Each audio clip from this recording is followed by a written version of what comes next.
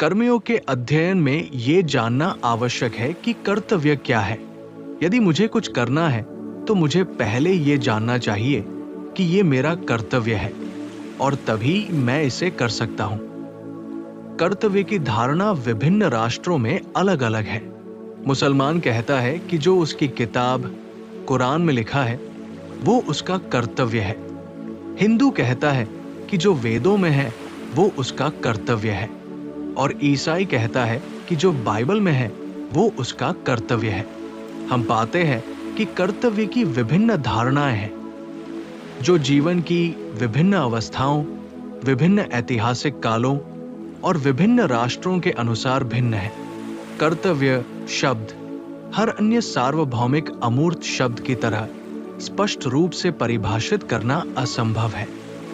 हम केवल इसके व्यावहारिक संचालन और परिणामों को जानकर ही इसका एक विचार प्राप्त कर सकते हैं। जब हमारे सामने कुछ चीजें घटित होती हैं, तो हम सभी में उनके प्रति एक निश्चित तरीके से कार्य करने की प्राकृतिक या प्रशिक्षित प्रेरणा होती है। जब ये प्रेरणा आती है, तो मन परिस्थिति के बारे में सोचना शुरू कर देता है।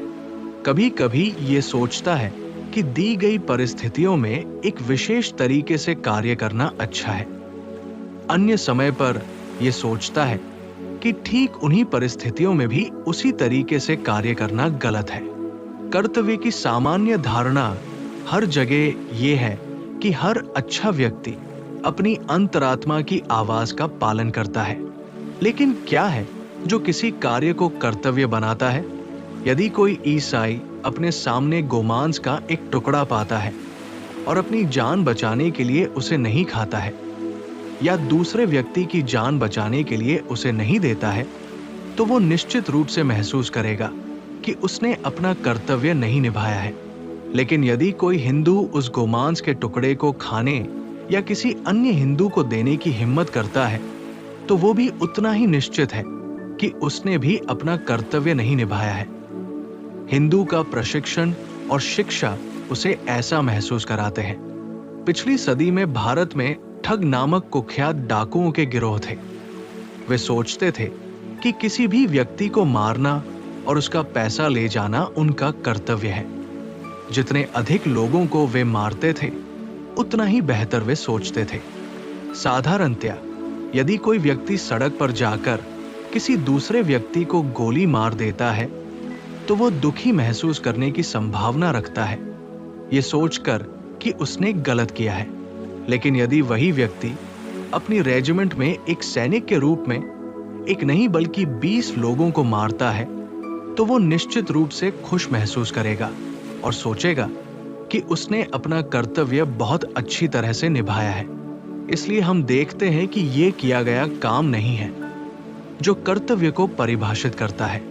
कर्तव्य की एक वस्तुनिष्ठ परिभाषा देना इस प्रकार पूरी तरह से असंभव है। फिर भी व्यक्तिपरक पक्ष से कर्तव्य है। कोई भी कार्य जो हमें ईश्वर की ओर ले जाता है वो अच्छा कार्य है और वो हमारा कर्तव्य है। कोई भी कार्य जो हमें नीचे की ओर ले जाता है वो बुरा है और वो हमारा कर्तव्य नहीं है। व्यक्तिपरक दृष्टिकोण से हम देख सकते हैं कि कुछ कार्यों में हमें ऊंचा और महान बनाने की प्रवृत्ति होती है, जबकि कुछ अन्य कार्यों में हमें नीचा और पशु जैसा बनाने की प्रवृत्ति होती है। लेकिन ये निश्चितता के साथ बताना संभव नहीं है कि किन कार्यों में किस तरह की प्रवृत्ति है। सभी प्रकार और स्थितियों के सभी व्यक्तियों के संबंध में, हालांकि कर्तव्य का केवल एक विचार है जिसे सभी युगों और पंथों और देशों के सभी मानवजाति द्वारा सार्वभौमिक रूप से स्वीकार किया गया है और उसे एक संस्कृत सूत्र में इस प्रकार संक्षेपित किया गया है: किसी भी प्राणी को चोट न पहुंचाएं। किसी भी प्राणी को चोट न पहुंचाना पुण्य है, किसी भी प्राणी को चोट पहुंचाना पाप है। भगवद गीता अक्सर जन्म और जीवन में स्थिति पर निर्भर कर्तव्यों का उल्लेख करती है। जन्म और जीवन और समाज में स्थिति बड़े पैमाने पर जीवन की विभिन्न गतिविधियों के प्रति व्यक्तियों के मानसिक और नैतिक दृष्टिकोण को निर्धारित करती है। इसलिए ये हमारा कर्तव्य है कि हम वो काम करें जो हमें उस समाज के आदर्शों और गतिविधियों के अनुसार ऊंचा और महान बनाएगा जिसमें हम पैदा हुए हैं। लेकिन ये विशेष रूप से याद रखना चाहिए कि एक ही आदर्श और गतिविधियां सभी समाजों और देशों में प्रचलित नहीं है। इसकी हमारी अज्ञानता एक राष्ट्र की दूसरे के प्रति घृणा का मुख्य कारण है। एक अमेरिकी सोचता है कि जो कुछ भी एक अमेरिकी अपने देश के रीति रिवाज के अनुसार करता है वो सबसे अच्छी बात है, और जो कोई भी उसके रीति रिवाज का पालन नहीं करता वो बहुत बुरा आदमी होना चाहिए। एक हिंदू सोचता है कि उसके रीति रिवाज ही एकमात्र सही है और दुनिया में सबसे अच्छे हैं, और जो कोई भी उनका पालन नहीं करता वो जीवित सबसे बुरा आदमी होना चाहिए। ये एक बिल्कुल स्वाभाविक गलती है जो हम सभी करने की प्रवृत्ति रखते हैं, लेकिन ये बहुत हानिकारक है। ये दुनिया में पाई जाने वाली आधी अदयालुता का कारण है। जब मैं इस देश में आया और शिकागो मेले से गुजर रहा था तो एक आदमी ने पीछे से मेरी पगड़ी खींची। मैंने पीछे देखा और देखा कि वो एक बहुत ही सज्जन दिखने वाला व्यक्ति था, साफ सुथरा कपड़े पहने हुए। मैंने उससे बात की और जब उसे पता चला कि मैं अंग्रेजी जानता हूं तो वो बहुत शर्मिंदा हो गया। एक अन्य अवसर पर उसी मेले में एक और आदमी ने मुझे धक्का दिया। जब मैंने उससे कारण पूछा तो वो भी शर्मिंदा हो गया और हकलाते हुए माफी मांगी और कहा, तुम इस तरह क्यों कपड़े पहनते हो? इन लोगों की सहानुभूति उनकी अपनी भाषा और उनके अपने पहनावे की शैली की सीमा के भीतर सीमित थी। शक्तिशाली राष्ट्रों द्वारा कमजोर राष्ट्रों पर किए जाने वाले अत्याचार का बहुत कुछ इसी पूर्वाग्रह के कारण होता है। ये उनकी साथी मनुष्यों के प्रति सहानुभूति को सुखा देता है। वही व्यक्ति जिसने मुझसे पूछा कि मैं उसकी तरह कपड़े क्यों नहीं पहनता और मेरे कपड़ों के कारण मेरे साथ दुर्व्यवहार करना चाहता था। एक बहुत अच्छा आदमी, एक अच्छा पिता और एक अच्छा नागरिक हो सकता था, लेकिन जैसे ही उसने एक अलग कपड़े में एक आदमी को देखा, उसकी प्रकृति की दयालुता समाप्त हो गई। सभी देशों में अजनबियों का शोषण किया जाता है क्योंकि वे नहीं जानते कि अपनी रक्षा कैसे करें। इस प्रकार वे उन लोगों के बारे में जिन्हें उन्होंने देखा है गलत धारणाएं घर ले जाते हैं। नाविक, सैनिक और व्यापारी विदेशी भूमि में बहुत अजीब तरीके से व्यवहार करते हैं। हालांकि वे अपने देश में ऐसा करने का सपना भी नहीं देखेंगे। शायद यही कारण है कि चीनी लोग यूरोपीय और अमेरिकी लोगों को विदेशी शैतान कहते हैं। यदि वे पश्चिमी जीवन के अच्छे दयालु पक्षों से मिले होते तो वे ऐसा नहीं कर सकते थे। इसलिए एक बात जो हमें याद रखनी चाहिए वो ये है कि हमें हमेशा दूसरों के कर्तव्य को उनकी आंखों से देखने की कोशिश करनी चाहिए और कभी भी दूसरे लोगों के रीति रिवाजों का न्याय अपने मानकों से नहीं करना चाहिए। मैं ब्रह्मांड का मानक नहीं हूं। मुझे खुद को दुनिया के अनुरूप ढालना है, न कि दुनिया को मेरे अनुरूप। इसलिए हम देखते हैं कि वातावरण हमारे कर्तव्यों की प्रकृति को बदलता है और किसी भी विशेष समय में जो कर्तव्य हमारा है उसे करना इस दुनिया में हम जो सबसे अच्छा कर सकते हैं वो है। आइए हम वो कर्तव्य करें जो जन्म से हमारा है, और जब हमने वो कर लिया है तो आइए हम वो कर्तव्य करें जो जीवन और समाज में हमारी स्थिति के कारण हमारा है। हालांकि मानव प्रकृति में एक बड़ा खतरा है, यानी कि मनुष्य कभी खुद की जांच नहीं करता। वो सोचता है कि वो राजा की तरह सिंहासन पर बैठने के लिए उतना ही योग्य है। भले ही वो हो, उसे पहले ये दिखाना होगा कि उसने अपनी स्थिति का कर्तव्य निभाया है, और तब उच्च कर्तव्य उसके पास आएंगे। जब हम दुनिया में गंभीरता से काम करना शुरू करते हैं, प्रकृति हमें दाएं बाएं झटके देती है और जल्द ही हमें अपनी स्थिति का पता लगाने में सक्षम बनाती है। कोई भी व्यक्ति लंबे समय तक संतोषजनक ढंग से ऐसी स्थिति पर नहीं रह सकता जिसके लिए वो उपयुक्त नहीं है।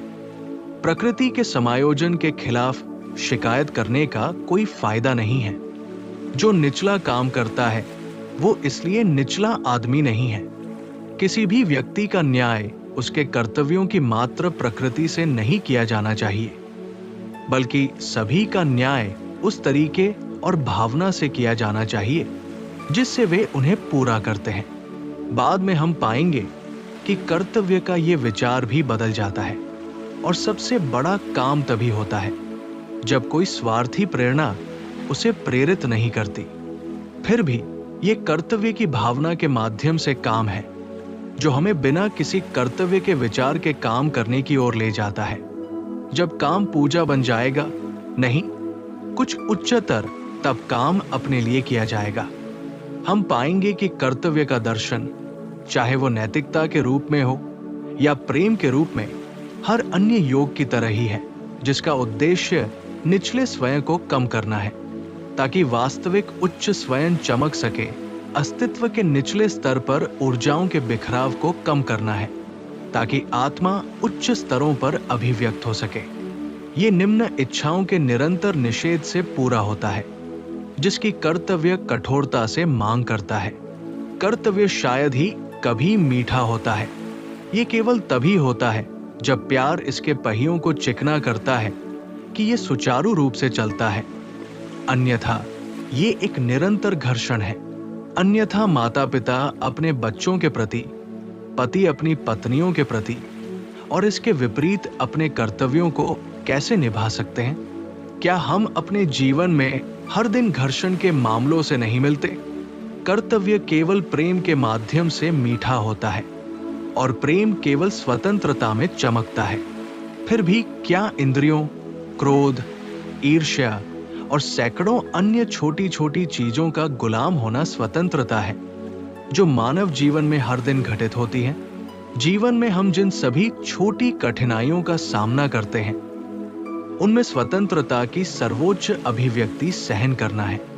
महिलाएं जो अपने चिड़चिड़े, ईर्ष्यालु स्वभाव की गुलाम है, अपने पतियों को दोष देने और अपनी स्वतंत्रता का दावा करने की प्रवृत्ति रखती है।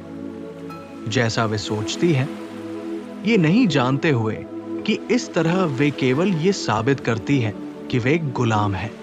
ऐसा ही उन पतियों के साथ भी है जो हमेशा अपनी पत्नियों में दोष ढूंढते हैं।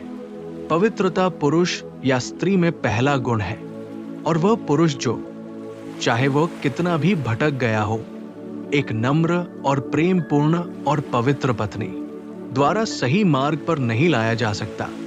वास्तव में बहुत दुर्लभ है। दुनिया अभी इतनी बुरी नहीं है। हम दुनिया भर में क्रूर पतियों के बारे में और पुरुषों की अपवित्रता के बारे में बहुत कुछ सुनते हैं, लेकिन क्या यह सच नहीं है कि पुरुषों की तरह ही उतनी ही क्रूर और अपवित्र महिलाएं हैं? यदि सभी महिलाएं उतनी ही अच्छी और पवित्र होती जितना कि उनके अपने निरंतर दावों से विश्वास होता है, तो मैं पूरी तरह से संतुष्ट हूं कि दुनिया में एक भी अपवित्र पुरुष नहीं होगा। ऐसी कौन सी क्रूरता है जिसे पवित्रता और शुद्धता जीत नहीं सकती? एक अच्छी, पवित्र पत्नी जो अपने पति को छोड़कर हर अन्य पुरुष को अपना बच्चा समझती है और सभी पुरुषों के प्रति मां का रवैया रखती है, अपनी पवित्रता की शक्ति में इतनी महान हो जाएगी कि कोई भी पुरुष, चाहे वो कितना भी क्रूर हो, उसकी उपस्थिति में पवित्रता का वातावरण महसूस किए बिना नहीं रह सकता। इसी तरह हर पति को अपनी पत्नी को छोड़कर सभी महिलाओं को अपनी मां या बेटी या बहन की दृष्टि से देखना चाहिए। वो व्यक्ति फिर से जो धर्म का शिक्षक बनना चाहता है, उसे हर महिला को अपनी मां के रूप में देखना चाहिए और हमेशा उसके प्रति ऐसा ही व्यवहार करना चाहिए। मां का स्थान दुनिया में सबसे ऊंचा है क्योंकि ये एक ऐसा स्थान है जहां सबसे बड़ी निस्वार्थता को सीखा और अभ्यास किया जा सकता है। ईश्वर का प्रेम ही एकमात्र ऐसा प्रेम है जो मां के प्रेम से ऊंचा है। बाकी सब निचले हैं। मां का कर्तव्य है कि वो पहले अपने बच्चों के बारे में सोचे और फिर अपने बारे में। लेकिन इसके बजाय यदि माता पिता हमेशा पहले अपने बारे में सोचते हैं तो परिणाम ये होता है कि माता पिता और बच्चों के बीच का संबंध पक्षियों और उनके बच्चों के बीच के संबंध जैसा हो जाता है, जो पंख निकलते ही किसी माता पिता को नहीं पहचानते। वास्तव में धन्य है वो पुरुष जो स्त्री को ईश्वर के मातृत्व का प्रतिनिधि मानकर देख सकता है।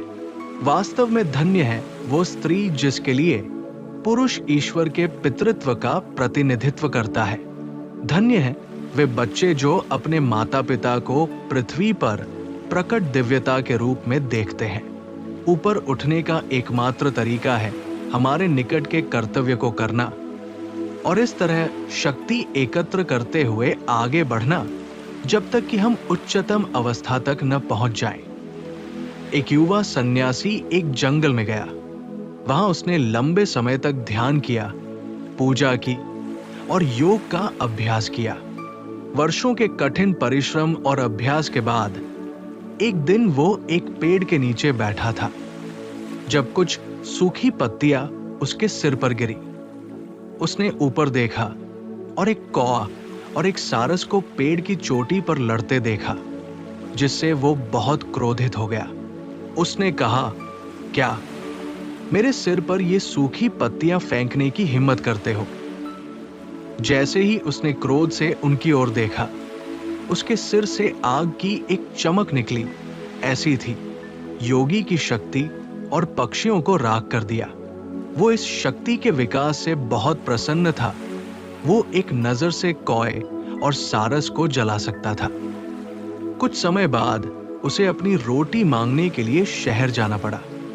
वो गया, एक दरवाजे पर खड़ा हुआ और बोला, माँ, मुझे भोजन दो। घर के अंदर से एक आवाज आई, थोड़ी देर रुको मेरे बेटे। युवक ने सोचा, तुम बेचारी औरत, मुझे इंतजार करवाने की हिम्मत कैसे की? तुम अभी मेरी शक्ति नहीं जानती। जब वो ऐसा सोच रहा था तब आवाज फिर आई, बेटा, अपने बारे में ज्यादा मत सोचो। यहां न तो कौआ है और न ही सारस। वो चकित रह गया, फिर भी उसे इंतजार करना पड़ा। आखिरकार वो महिला आई और वो उसके पैरों में गिर पड़ा और बोला, मां, तुम्हें कैसे पता चला? उसने कहा, मेरे बेटे, मैं तुम्हारा योग या तुम्हारे अभ्यास नहीं जानती। मैं एक साधारण रोजमर्रा की महिला हूं। मैंने तुम्हें इंतजार करवाया क्योंकि मेरे पति बीमार हैं और मैं उनकी सेवा कर रही थी। मैंने अपने पूरे जीवन में अपना कर्तव्य करने की कोशिश की है। जब मैं अविवाहित थी, मैंने अपने माता पिता के प्रति अपना कर्तव्य निभाया। अब जब मैं विवाहित हूं, मैं अपने पति के प्रति अपना कर्तव्य करती हूं। यही योग है जो मैं अभ्यास करती हूं। लेकिन अपना कर्तव्य करते करते मैं प्रबुद्ध हो गई हूं। इस तरह मैं तुम्हारे विचारों को पढ़ सकी और जान सकी कि तुमने जंगल में क्या किया था। यदि तुम इससे कुछ उच्चतर जानना चाहते हो तो ऐसे और ऐसे शहर के बाजार में जाओ जहां तुम्हें एक व्याध मिलेगा जो तुम्हें कुछ ऐसा बताएगा जिसे जानकर तुम बहुत खुश होगे। सन्यासी ने सोचा, मुझे उस शहर में और एक व्याध के पास क्यों जाना चाहिए? लेकिन जो उसने देखा था उसके बाद उसका मन थोड़ा खुला, इसलिए वह गया। जब वो शहर के पास पहुंचा तो उसे बाजार मिला और वहां दूर से एक मोटे व्याध को बड़े चाकुओं से मांस काटते, विभिन्न लोगों से बात करते और सौदेबाजी करते देखा। युवक ने कहा, हे भगवान, मेरी मदद करो। क्या ये वही व्यक्ति है जिससे मैं सीखने वाला हूं? यदि ये कुछ है तो राक्षस का अवतार है। इसी बीच इस आदमी ने ऊपर देखा और कहा, ओ स्वामी, क्या उस महिला ने तुम्हें यहां भेजा है?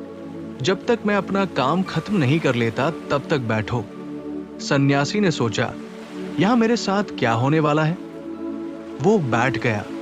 आदमी अपने काम में लगा रहा और जब उसने खत्म कर लिया तो उसने अपने पैसे लिए और सन्यासी से कहा, चलिए महाराज, मेरे घर चलिए। घर पहुंचकर व्याध ने उसे एक आसन दिया और कहा, यहां प्रतीक्षा करें, और घर के अंदर चला गया। फिर उसने अपने बूढ़े माता पिता को नहलाया, उन्हें खिलाया और उन्हें प्रसन्न करने के लिए जो कुछ भी कर सकता था किया। जिसके बाद वो सन्यासी के पास आया और बोला, अब महाराज, आप मुझसे मिलने आए हैं, मैं आपके लिए क्या कर सकता हूं? सन्यासी ने उससे आत्मा और ईश्वर के बारे में कुछ प्रश्न पूछे और व्याध ने उसे एक व्याख्यान दिया जो महाभारत का एक हिस्सा है, जिसे व्याद गीता कहा जाता है। इसमें वेदांत की सर्वोच्च उड़ानों में से एक है। जब व्याध ने अपनी शिक्षा समाप्त की तो सन्यासी चकित रह गया। उसने कहा, तुम उस शरीर में क्यों हो? तुम्हारे जैसे ज्ञान के साथ तुम एक व्याध के शरीर में क्यों हो? और ऐसा गंदा बदसूरत काम क्यों कर रहे हो? मेरे बेटे, व्याध ने उत्तर दिया, कोई भी कर्तव्य बदसूरत नहीं है, कोई भी कर्तव्य अपवित्र नहीं है। मेरे जन्म ने मुझे इन परिस्थितियों और वातावरण में रखा। मेरे बचपन में मैंने ये व्यापार सीखा। मैं अनासक्त हूं और मैं अपना कर्तव्य अच्छी तरह से करने की कोशिश करता हूं। मैं एक गृहस्थ के रूप में अपना कर्तव्य करने की कोशिश करता हूं और मैं अपने माता पिता को खुश करने के लिए जो कुछ भी कर सकता हूं, करने की कोशिश करता हूं। मैं न तो तुम्हारा योग जानता हूं, नहीं मैं सन्यासी बना हूं, नहीं मैं दुनिया से बाहर जंगल में गया हूं। फिर भी जो कुछ भी तुमने सुना और देखा है वो मेरी स्थिति से संबंधित कर्तव्य के अनासक्त निर्वहन के माध्यम से मेरे पास आया है। भारत में एक ऋषि है, एक महान योगी। मैंने अपने जीवन में जिन सबसे अद्भुत लोगों को देखा है उनमें से एक, वो एक विचित्र व्यक्ति है। वो किसी को नहीं सिखाएंगे। यदि आप उनसे कोई प्रश्न पूछें तो वो उत्तर नहीं देंगे। शिक्षक की भूमिका लेना उनके लिए बहुत अधिक है। वो ऐसा नहीं करेंगे। यदि आप एक प्रश्न पूछें और कुछ दिनों तक प्रतीक्षा करें तो बातचीत के दौरान वो विषय को उठाएंगे और उस पर अद्भुत प्रकाश डालेंगे। उन्होंने मुझे एक बार कार्य का रहस्य बताया, साधन और साध्य को एक कर दो। जब आप कोई काम कर रहे हो तो उससे परे किसी चीज के बारे में मत सोचो। इसे पूजा के रूप में करें, सर्वोच्च पूजा के रूप में, और उस समय के लिए अपना पूरा जीवन उसे समर्पित कर दें। इस प्रकार कहानी में व्याध और महिला ने प्रसन्नतापूर्वक और पूरे दिल से अपना कर्तव्य निभाया और परिणाम ये हुआ कि वे प्रबुद्ध हो गए, जो स्पष्ट रूप से दर्शाता है कि परिणामों से अनासक्त रहते हुए जीवन की किसी भी स्थिति में कर्तव्यों का सही निर्वहन हमें आत्मा की पूर्णता की सर्वोच्च अनुभूति की ओर ले जाता है। परिणामों से जुड़ा हुआ कार्यकर्ता ही उस कर्तव्य की प्रकृति के बारे में शिकायत करता है जो उसके भाग्य में आया है।